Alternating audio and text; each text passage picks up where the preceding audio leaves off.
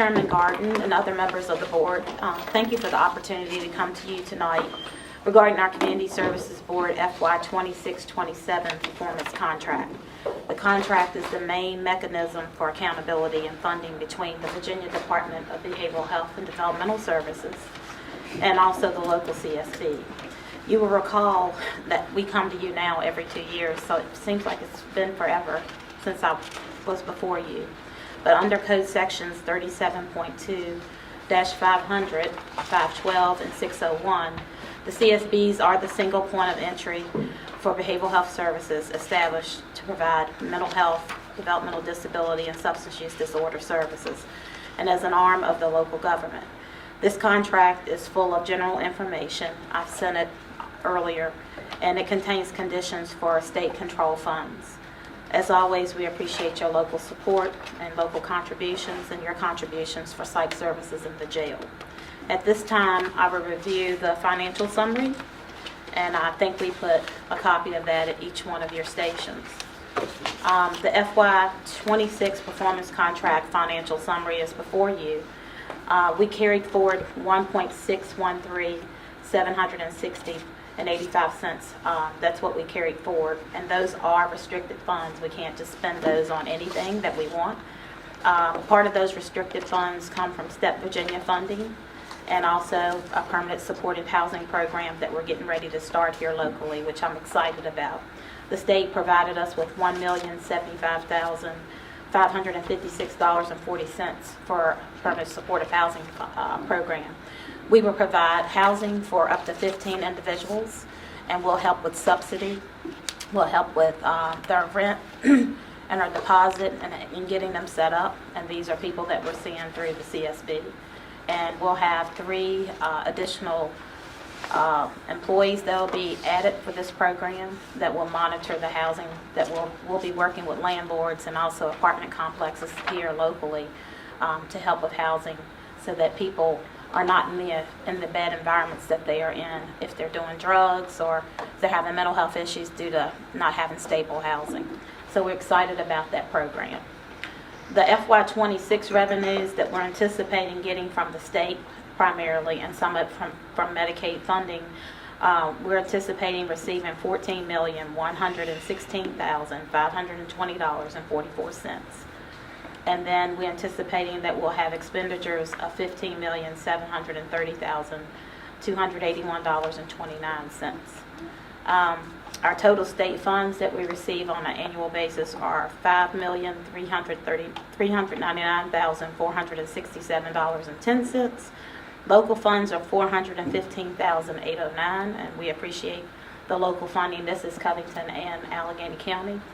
And then the total together is $5,815,276.10, and that gives us a local percentage match of 7.15. You will recall under the code we are supposed to receive 10%, and I understand the challenges that we have locally, and we rely on a lot of the grants to kind of help us to get us where we need to be annually each year, but we do appreciate the local support. Do you have any questions on the performance contract? Any questions from the board? How many houses do you own in the county and the city? As far as houses, well, we have what we call 24/7 residences. So our Maryfield facility is considered county. And in Clifton Forge, we have a Friendship Residence, which is a waiver group home, which is considered part of the city, part of the town of Clifton Forge, which is county. And then we have a transitional group home, which is on Craig Avenue, New Beginnings, and that's in the city of Covington.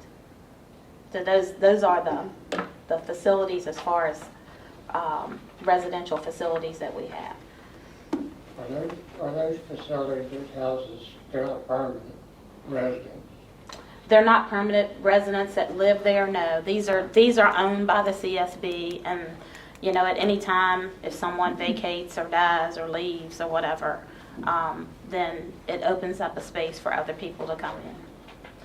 So I want to be clear on the permanent supportive housing. I'm not building a facility or a structure. We will be working with landlords and also apartment complexes around here to help people find stable housing if they're in our services. And that is also something new with the Trump administration. They want to make sure that they're in our services if we're going to be providing that funding.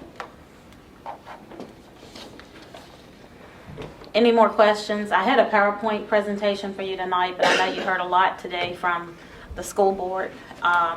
So I'm going to send that to Melissa, and she can forward that to you. And it's just an update of our CSB and some of our projects that we're doing right now currently.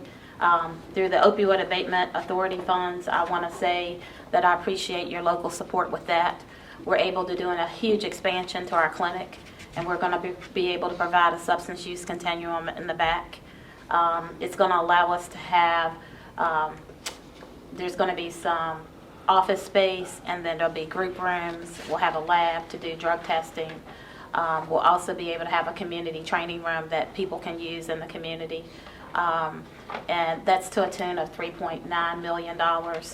We just bidded out our crisis receiving project, which is going to, at some point in the future, we'd like to have that open 24/7, 365 for people who have needs.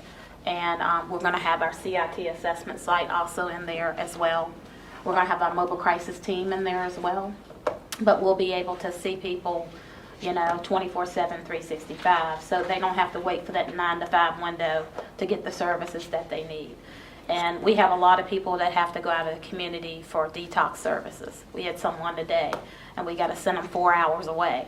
So my goal is somewhere in the next year or two to have detox services also available locally, so people don't have to go out of the area to receive those services as well, and some crisis stabilization beds for people here locally if they can't get a hospital bed.